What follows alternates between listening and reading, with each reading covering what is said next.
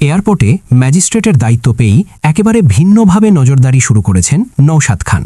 Viral হওয়া ভিডিওতে দেখা যায় ছোট্ট একটি স্কুটিতে চড়ে তিনি নিজেই পুরো এয়ারপোর্ট ঘুরে দেখছেন এবং নিরাপত্তা আরও শক্ত করতে প্রতিটি কর্মীর বুকে বসানো হয়েছে বডি ক্যামেরা, যাতে যাত্রীদের লাগেজ নিয়ে কোনো অনিয়ম বা হারানোর সুযোগ না থাকে।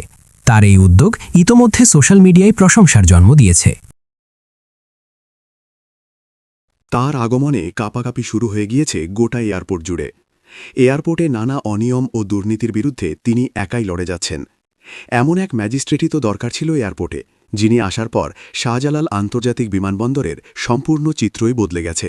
নাম তার নওশাদ খান, যিনি সদ্যই হজরত শাহজালাল আন্তর্জাতিক বিমানবন্দরের নির্বাহী ম্যাজিস্ট্রেট হিসেবে নিয়োগ পেয়েছেন। আর নিয়োগ পেয়েই বিমানবন্দরের সকল অনিয়ম দূর করতে রীতিমতো কোমর বেবি মাঠে নেমেছেন তিনি। বর্তমানে দেশের অন্যতম দুর্নীতিগ্রস্ত প্রতিষ্ঠান খ্যাত শাহজালাল আন্তর্জাতিক বিমানবন্দরের সুনাম ফিরিয়ে আনতে মাঠে নেমেছেন।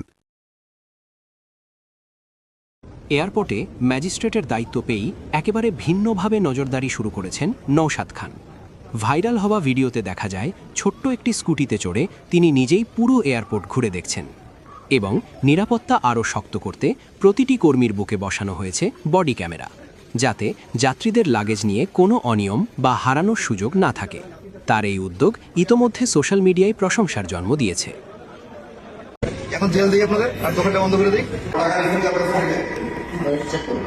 এটার জন্য যেন কোনো যাত্রী কষ্ট না পায়, এর ব্যর্থ হলে আমরা ব্যবস্থা নিব।